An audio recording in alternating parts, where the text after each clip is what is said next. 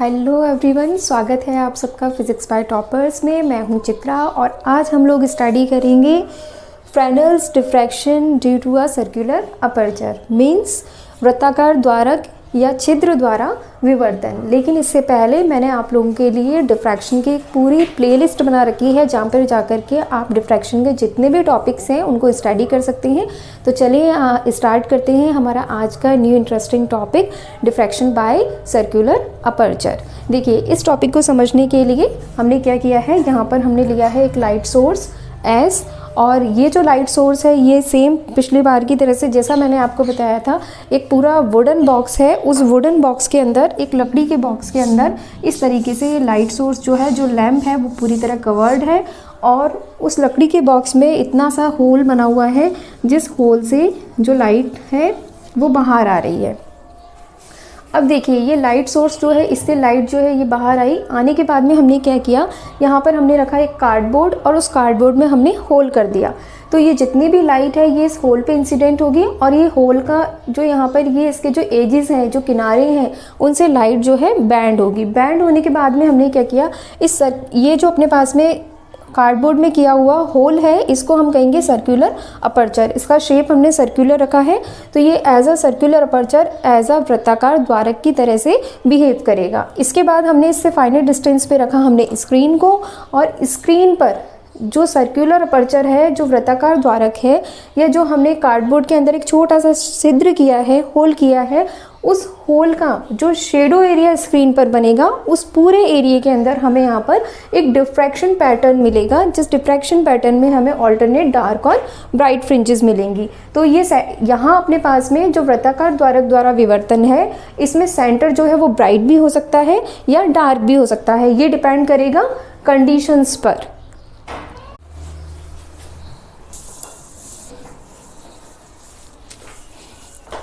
एक बार हम लोग वापस से देख लेते हैं कि यहाँ डिफ्रैक्शन किस टाइप से होगा।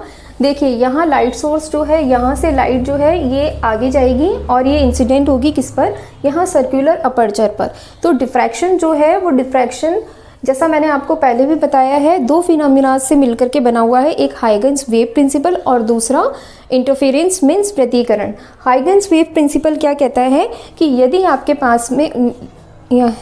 पास में कोई तरंगाग्र है, कोई वेव फ्रंट है, तो उसका प्रत्येक बिंदु जो है वो सेकेंडरी सोर्स की तरह से व्यवहार करेगा, मतलब सेकेंडरी वेवलेट की तरह से व्यवहार करेगा। तो यहाँ पर क्या है, अपने पास में जैसे ही लाइट सोर्स से निकलने वाली लाइट जो है वो यहाँ पर इंसिडेंट होगी, सर्कुलर अपर्चर पर इंसिडेंट होगी। तो यहाँ से निकलने के बाद, यहाँ इसके किनारों से मुड़ने के बाद में हमें जो तरंगाग्र मिलेगा, जो वेव फ्रंट मिलेगा, इस तरीके के कई वेव फ्रंट होंगे जो आपस में क्या करेंगे, सुपर इम्पोज करेंगे।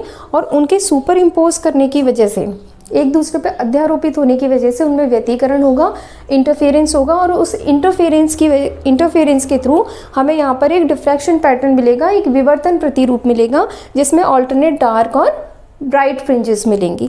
तो चलिए आइए इसको हम एक नेक्स्ट सिंपल डायग्राम के थ्रू भी समझ लेते हैं। तो देखिए, सबसे पहले हमने लिया यहाँ पर एक लाइट सोर्स। पहले वाला हमारे पास में एक्सपेरिमेंटल सेटअप था और अब हम लोग यूज़ कर रहे हैं यहाँ पर एक सिंबॉलिक डायग्राम। तो यहाँ पर हमने लिया एक लाइट सोर्स एस, और ये जो लाइट सोर्स है इससे निकलने वाला यहाँ पर हमने ले लिया है ये गोलीय तरंगाग्र W डैश।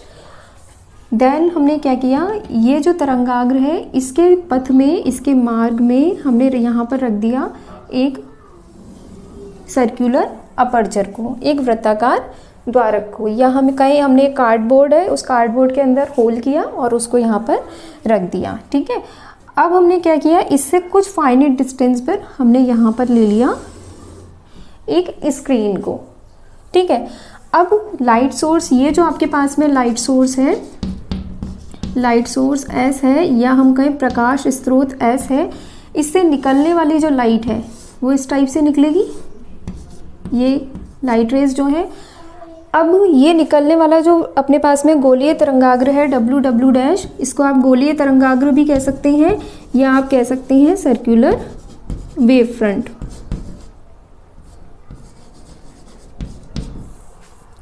ये सर्कुलर वेव फ्रंट जब किस पर जाएगा, इस सर्कुलर अपर्चर पर जाकर के गिरेगा, इस छोटे से होल पर, या हम कहें कि हमने जो वृत्ताकार द्वारक लिया है उस पर जाकर के गिरेगा।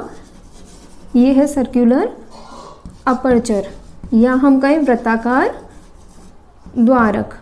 तो जब इस पर जाएगा तो यहाँ के किनारों से ये लाइट जो है ये बैंड हो जाएगी। बैंड होने के बाद में ये लाइट कहाँ जाएगी, जो हमने फाइनाइट डिस्टेंस पे स्क्रीन रखी है या हम कहीं पर्दा रखा है उस पर ये लाइट जाएगी। ठीक है, कैसे, जैसे सपोज किया मेरे पास में ये जो है ये सेंटर पॉइंट है P, किसके रेस्पेक्ट में, ये जो मैंने वृत्ताकार द्वारक रखा है, सर्कुलर अपर्चर रखा है, इसके रेस्पेक्ट में सेंटर पॉइंट है P। तो लाइट जो है वो यहाँ से बैंड होगी, कहाँ से, सर्कुलर अपर्चर के किनारों से, और यहाँ से इस होल, यहाँ से बैंड होने के बाद में लाइट पहुँचेगी P पॉइंट पर, है ना। तो यहाँ से जो निकलने वाला तरंगाग्र है ये आपस में एक दूसरे पर सुपर इम्पोज होंगे, जिससे हमारे पास में एक डिफ्रैक्शन पैटर्न बनेगा। और वो डिफ्रैक्शन पैटर्न हमें कहाँ तक मिलेगा, जितना हमारे पास में इस वृत्ताकार द्वारक, इस सर्कुलर अपर्चर का पर्दे पर स्थित छाया क्षेत्र है। जैसे मैंने यहाँ से यहाँ तक लाइट रह गई, और ये जो अपने पास में सर्कुलर अपर्चर है इसको मैंने नेम दे दिया AB, है ना। तो यहाँ से यहाँ तक लाइट गई। तो ये सर्कुलर अपर्चर की वजह से जितना लाइट का फैलाव है ना यहाँ पर होगा, मतलब ये जो अपने पास में वृत्ताकार द्वारक है इसका जो परिछाया क्षेत्र है वो कितना है, C, यहाँ से यहाँ तक। मैं इसको नेम दे देती हूँ C और D। तो CD जो है ये परिछाया क्षेत्र है AB वृत्ताकार द्वारक का। तो डिफ्रैक्शन पैटर्न हमें कहाँ मिलेगा, इस एरिया में, CD एरिया में हमें डिफ्रैक्शन पैटर्न मिलेगा। ठीक है, अब यहाँ पर अपने पास P पॉइंट जो है, ये सेंटर में जो पॉइंट है ये डार्क भी हो सकता है और ये ब्राइट भी हो सकता है। ये डिपेंड करेगा आपके पास कंडीशंस पे, है ना। ये कंडीशन क्या डिपेंड करेगी, डिपेंड करेगा इस सर्कुलर अपर्चर से आपने स्क्रीन को कितनी डिस्टेंस पे रखा है, आपने इसको कितना पास रखा है या दूर रखा है। मैं यहाँ पे एक मेज़रमेंट और ले लेती हूँ कि यहाँ पर ये जो सर्कुलर अपर्चर है इससे स्क्रीन कितनी डिस्टेंस पे है, स्मॉल b डिस्टेंस पे है। ठीक है, और इसके साथ में एक और अजम्पशन ले लेते हैं हम, सोर्स और जो सर्कुलर अपर्चर है ये दोनों एक दूसरे से कितना डिस्टेंस पे हैं, ये a डिस्टेंस पे हैं। सोर्स और सर्कुलर अपर्चर एक दूसरे से a डिस्टेंस पे है। अब देखिए हमें एग्जाम में ये अगर ये टॉपिक आता है तो हमें इसको लिखना कैसे है वो भी हम फटाफट से एक बार देख लेते हैं। हाँ देखिए, हमने जो डायग्राम एक्सप्लेन किया है उसको हमने यहाँ पर एग्ज़ाम पॉइंट ऑफ व्यू से राइट डाउन भी कर लिया है। देखिए हमने क्या लिखा है फर्स्ट लाइन में,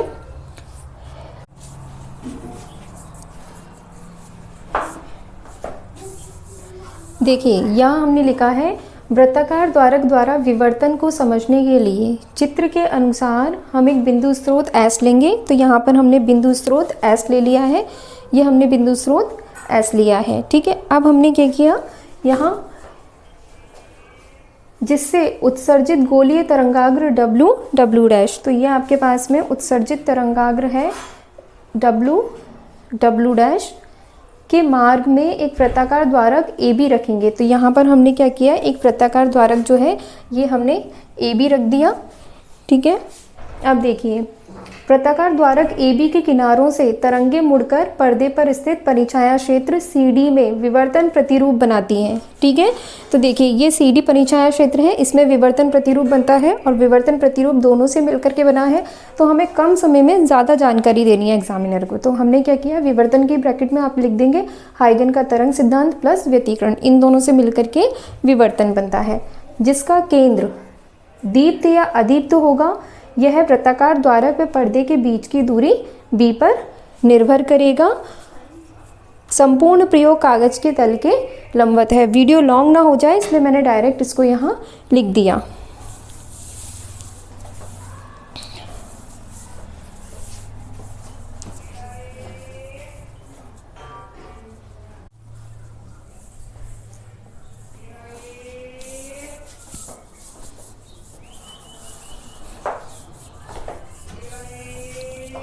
देखिए अब हम कैलकुलेट करेंगे यहाँ पर कि सेंटर पॉइंट P जो है इस पर हमें कब डार्क मिलेगा और कब ब्राइट मिलेगा, कब मुझे दीप्त पुंज मिलेगी, कब अदीप्त मिलेगी। तो उसके लिए हम क्या करते हैं, यहाँ पर हेडिंग डाल लेते हैं बिंदु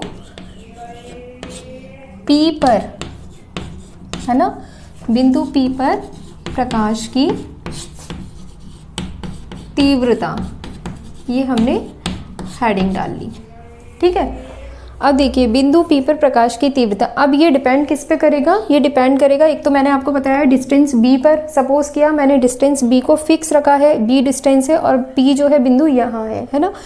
अब अगर मैंने सपोज किया फर्स्ट कंडीशन, अगर मेरे पास में यहाँ पर ये जो वृत्ताकार द्वारक है, ये वृत्ताकार द्वारक कैसा है, इसको हम कम ज़्यादा नहीं कर सकते, इसको हमने बिल्कुल निश्चित रखा है। मीन्स ये वृत्ताकार द्वारक कैसा है, इस टाइप से कि इसकी त्रिज्या जो है निश्चित है, इसका जो क्षेत्रफल है वो कैसा है, निश्चित है। तो इस कंडीशन में अगर मैंने सपोज किया कि देखिए जब भी हमें ब्राइट या डार्क की कंडीशन निकालनी होती है डिफ्रैक्शन पैटर्न में, तो सबसे पहले हम क्या करते हैं कि जो गोलीय तरंगाग्र है इसको हम एक ध्रुव लेकर के अर्धावर्ती कटिबंध में विभाजित करते हैं। अगर आपको ये चीज़ क्लियर ना हो तो आप मेरे प्रीवियस वीडियोस देख सकते हैं, वैसे मैं ट्राई करूँगी। यहाँ देखो सबसे पहले जिस बिंदु पर हमें डार्क या ब्राइट की कंडीशन निकालनी है वहाँ से हम क्या करते हैं, वहाँ से हम मिलाते हैं किसको, प्रकाश स्रोत को। तो मैंने यहाँ पर इस प्रकाश स्रोत को मिला दिया, मिलाने पर इसने सपोज किया ये किस पॉइंट पर जाकर के मिला, O पॉइंट पर। तो यहाँ पर P बिंदु के सापेक्ष बिंदु O जो है ये गोलीय तरंगाग्र W डैश का ध्रुव है ना। अब ये हमें सेंटर पॉइंट मिल गया, ध्रुव मिल गया। अब इस ध्रुव के रेस्पेक्ट में हम क्या करेंगे, इस गोलीय तरंगाग्र को अर्धावर्ती कटिबंध में विभाजित करेंगे। कैसे करेंगे, देखिए जैसे ये सेंटर पॉइंट है तो ये यहाँ पर जो गोलीय तरंगाग्र है इसको हम यहाँ पर अर्धावर्ती कटिबंध में इस तरीके से विभाजित करेंगे। ठीक है, अब अब देखिए यहाँ पर अपने पास में फर्स्ट अर्धावर्ती कटिबंध कौन सा है, प्रथम वृत्त और द्वितीय वृत्त के बीच का क्षेत्र, ये जो फर्स्ट और सेकंड सर्कल है इसके बीच का एरिया, ये अपने पास में है अर्धावर्ती कटिबंध। ठीक है, अब हमने क्या किया, यहाँ पर देखिए ये जो सर्कुलर अपर्चर है, ये सर्कुलर अपर्चर जो है ये किस टाइप से रखा हुआ है, सपोज किया ये यहाँ इस तरीके से रखा हुआ है, ये मतलब आने वाली जो लाइट है यहाँ रखा हुआ है। ठीक है, मतलब जो आने वाली लाइट है वो अपने पास में P पॉइंट पर किससे आ रही है, केवल और केवल फर्स्ट अर्धावर्ती कटिबंध से आ रही है। ठीक है,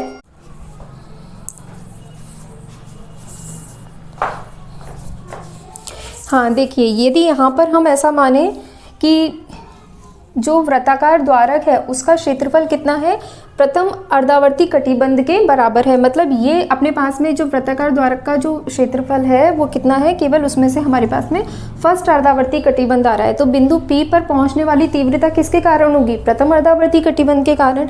तो फर्स्ट हम कंडीशन लेते हैं, जब वृत्ताकार द्वारक है ना द्वारा प्रथम, एक मिनट में चौक, हाँ प्रथम क्या हो रहा है,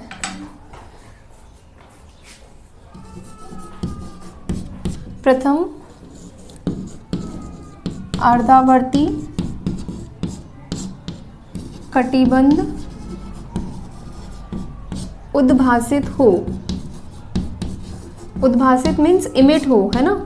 मतलब अगर मेरे पास में ये जो सर्कुलर अपर्चर है इससे मेरे पास में फर्स्ट हाफ पीरियड जोन जो है वो मुझे दिखाई दे, तो यहाँ पर अपने पास में जब वृत्ताकार द्वारक द्वारा प्रथम अर्धावर्ती कटिबंध उद्भासित हो तो बिंदु P पर जो तीव्रता होगी वो कितना हो जाएगी अपने पास में, पहले हम आयाम लिखते हैं, आयाम कितना आएगा, आयाम आ जाएगा फर्स्ट अर्धावर्ती कटिबंध के आयाम के बराबर, और तीव्रता कितनी आ जाएगी, ये तो आएगा आयाम,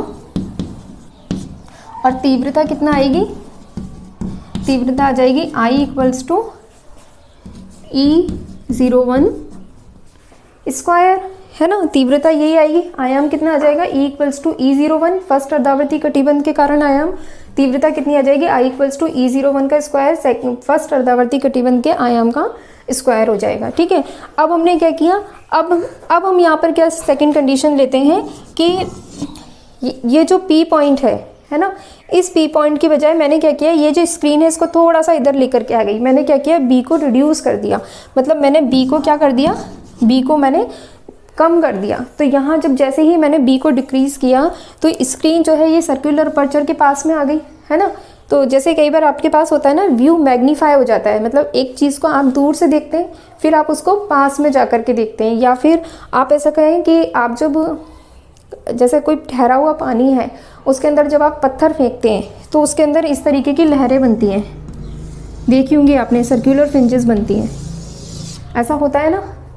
उसके सेंटर पॉइंट से और लहरें और जो हम कह सकते हैं ये सर्कुलर शेप्स जो हैं, सर्कुलर वेव्स जो हैं वो और निकलती जाती है इस सेंटर पॉइंट से। तो वही चीज़ है कि ये पी पॉइंट जो है स्क्रीन पर, सपोज़ किया हम यहाँ से देख रहे हैं, पहले हमारे पास में जो सर्कुलर अपर्चर है वो दूर है ना, फिर हम उसके और पास में आ गए, तो और पास में आए तो हमारे पास में क्या हुआ, उसका जो मैग्नीफाइंग व्यू था वो बढ़ गया, है ना, व्यू जो था वो मैग्नीफाई हो गया, इंक्रीज़ हो गया।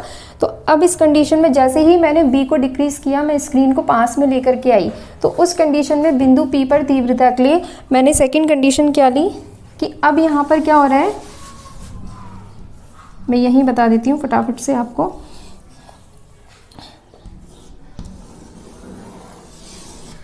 अब क्या कंडीशन हुई कि व्यू मैग्नीफाई हो गया, तो मेरे को फर्स्ट के साथ साथ में सेकंड अर्धावर्ती कटिबंध से भी लाइट मिल रही है ना, सेकंड अर्धावर्ती कटिबंध से भी लाइट मिल रही है।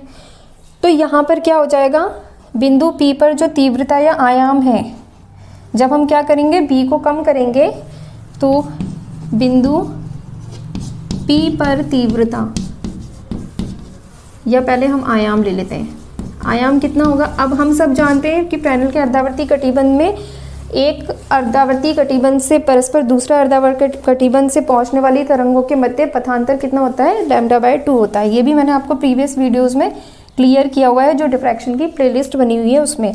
तो बिंदु P पर आयाम कितना हो जाएगा, E01, अध्यारोपण से E02, बट दोनों अपोजिट फेस में है, तो यहाँ कितना आ जाएगा, माइनस साइन आ जाएगा।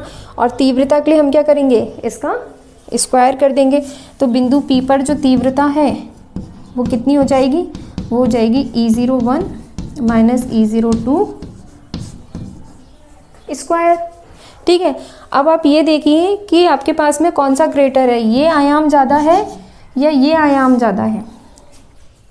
अगर हम दोनों को देखें तो हमारे पास में E01 ज़्यादा है, यहाँ तो क्या हुआ, माइनस E02 हो गया, है ना। इसका मतलब क्या हुआ कि जब वृत्ताकार द्वारक द्वारा प्रथम अर्धावर्ती कटिबंध मिलता है, मतलब मुझे ऑड नंबर मिलता है, विषम संख्या में हाफ पीरियड जोन्स मिलते हैं, तब मेरे पास में इंटेंसिटी कैसी आती है, ज़्यादा आती है ना।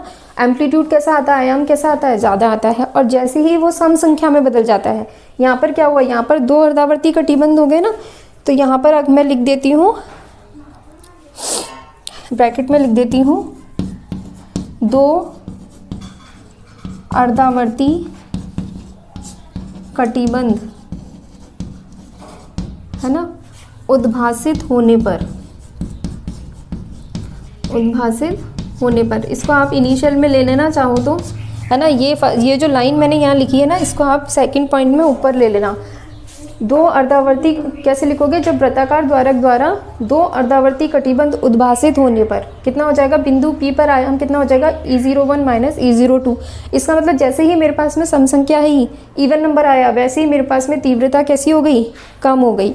और जब मेरे पास में ऑड नंबर था या हम कहें विषम संख्या थी, एक आएगा या तीन अर्धावर्ती कटिबंध आएंगे या पांच अर्धावर्ती कटिबंध आएंगे, तो उस कंडीशन में मुझे तीव्रता कैसी मिलेगी, ज़्यादा मिलेगी। और जैसे ही मेरे पास में इवन नंबर आएगा या सम संख्या आएगी, तो वैसे ही मेरे पास में तीव्रता जो है वो क्या हो जाएगी, कम हो जाएगी। इससे हम क्या कह सकते हैं कि बिंदु P पर जब मेरे पास में वृत्ताकार द्वारक द्वारा फर्स्ट, थर्ड या फिफ्थ या किसी भी विषम संख्या के अर्धावर्ती कटिबंध उद्भासित होंगे, तो क्या होगा, तो मुझे यहाँ पर कैसा मिलेगा, उच्चिष्ट मिलेगा, तीव्रता मैक्सिमम मिलेगी।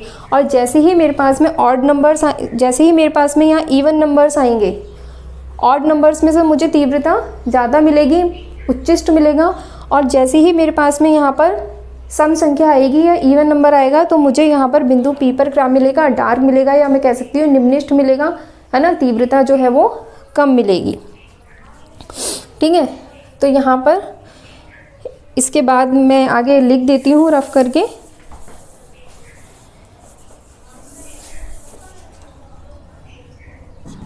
देखिए, वृत्ताकार द्वारक द्वारा विषम संख्या में अर्धावर्ती कटिबंध को मैंने लिख दिया हाफ पीरियड जोन्स।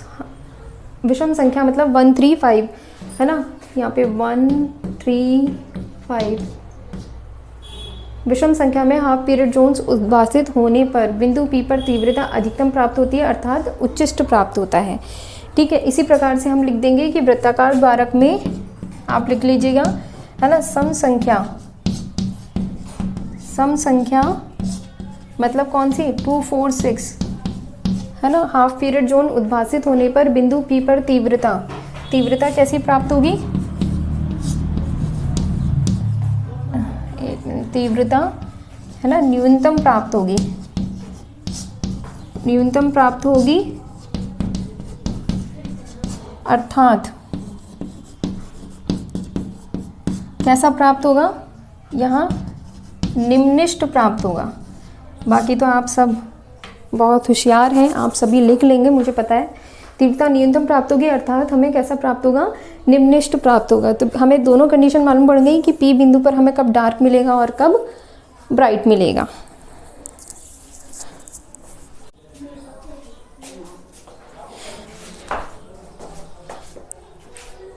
हाँ देखिए, अभी जो हमने लिया कि यहाँ पर जैसे जैसे हम B दूरी को कम करते जाएंगे वैसे वैसे P पर हमें क्या मिलेगा, एकांतर क्रम में दीप्त और अदीप्त पिंजे मिलेंगी, क्योंकि जैसे जैसे B कम होता जाएगा वैसे वैसे वृत्ताकार द्वारक से उद्भासित होने वाले अर्धावर्ती कटिबंधों की संख्या जो है वो बदलती जाएगी। एक बार सम होगी, फिर विषम होगी, फिर सम होगी, फिर विषम होगी, और उसके अकॉर्डिंग जैसे जैसे अपने पास में सम होगी हमें कैसा मिलता जाएगा, मिनिमा मिलेगा, और जैसे जैसे विषम होगी वैसे वैसे हमें लाइट का मैक्सिमम मिलेगा, मतलब उच्चिष्ट मिलेगा, है ना। तो अब हम इसको बाय डेरिवेशन भी देख लेते हैं। देखिए, वृत्ताकार द्वारक की त्रिज्या कितनी आएगी, ये अपने पास में वृत्ताकार द्वारक है AB, ठीक है। कैसा द्वारक है, देखिए इस टाइप से ये द्वारक है AB, और इसके अंदर ये सेंटर पॉइंट O जो है, O से A तक की डिस्टेंस या O टू B की डिस्टेंस कितनी है, ये त्रिज्या R है। तो R तो कांस्टेंट क्वांटिटी है, वृत्ताकार द्वारक की त्रिज्या कैसी है, कांस्टेंट है, ठीक है। अब इसको ज्ञात हमने कैसे किया, ये फॉर्मूला कैसे आया, इसके लिए मैंने आप लोगों को पहले एक वीडियो बना रखा है, उसमें सेम डेरिवेशन है, जहां मैंने आपको स्टडी कराया था diffraction due to object point at finite distance. तो वो जो आपके पास में टॉपिक है वहाँ आपको इसका डेरिवेशन मिल जाएगा। तो अपने पास में रेडियस कितना आ गया, R² equals to AB upon A plus B N lambda. A और B क्या है, जो आपके पास में सोर्स है, सोर्स से सर्कुलर अपर्चर जो हमने वृत्ताकार द्वारक रखा है उसकी डिस्टेंस है A, और वृत्ताकार द्वारक से जो हमने पर्दा रखा है उसकी डिस्टेंस है D। तो अब हमने क्या किया, इसको थोड़ा सा हम सिंप्लीफाई कर लेते हैं। देखिए मैंने इसको कर दिया कितना, इसको मैं इस साइड ले लेती हूँ, ये आ जाएगा A plus B upon AB, और ये साइड हो जाएगा एन लैम्डा अपॉन R², ठीक है। अब हमने क्या किया, ये जो है इसको मैं लिख सकती हूँ 1 upon A plus 1 upon B equals to कितना हो जाएगा, एन लैम्डा अपॉन R²। अब यदि मेरे पास में स्रोत जो है वो गोलीय स्रोत जो है ये वृत्ताकार द्वारक से अनंत दूरी पर स्थित हो, है ना, मीन्स मेरे पास में एक ऐसा हो इनफाइनाइट हो, जब स्रोत द्वारक से इनफाइनाइट दूरी पर हो, तो A कितना हो जाएगा, इन्फिनिटी, और A इन्फिनिटी होते ही जैसे ही A इन्फिनिटी हो जाएगा ये 1 अपॉन A कितना हो जाएगा, 0। तो मेरे पास एक्सप्रेशन कितना आ जाएगा, 1 upon B equals to n lambda upon R², ये एक्सप्रेशन आएगा। अब आप इस एक्सप्रेशन में देखो, जैसे ही हमने लाइट सोर्स S लिया तो हमारे पास में लैम्डा कांस्टेंट हो गया, ठीक है। वृत्ताकार द्वारक जो है उसकी रेडियस R फिक्स है, तो R भी कैसा हो गया, कांस्टेंट हो गया।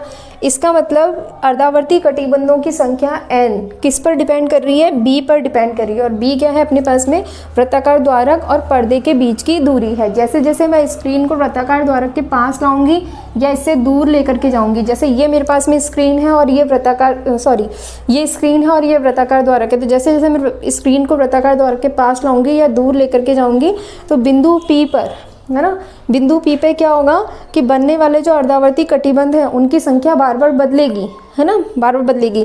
जैसे ही मेरे पास में यहाँ पे सम संख्या आएगी तो मुझे क्या मिलेगा, मिनिमा मिलेगा। जैसे ही मेरे पास में विषम संख्या आएगी, मैं मीन्स कहूँगी कि ऑड नंबर आएगा, वैसे ही मुझे क्या मिलेगा, ब्राइट मिलेगा, या कहूँगी मैक्सिमम इंटेंसिटी मिलेगी, या हम कहेंगे उच्चिष्ट मिलेगा, ठीक है। तो हम यहाँ पर लिख सकते हैं कि जब, है ना, जब हम B को कम करते हैं और n इक्वल्स टू हमें क्या मिलता है 135 मिलता है, तो हमें क्या मिलता प्राप्त होता है, उच्चिष्ट प्राप्त होता है। और जब n इक्वल्स टू b कम करने पर कितने अर्धावर्ती कटिबंध वृत्ताकार द्वारक से उद्भासित होते हैं, जब सम संख्या में होते हैं 2, 4, 6, तो हमें क्या मिलता है, तो हमें बिंदु P पर निम्निष्ट मिलता है, तो हमें निम्निष्ट मिलता है। किस पर, ये दोनों कंडीशंस किसके लिए हैं, बिंदु P पर।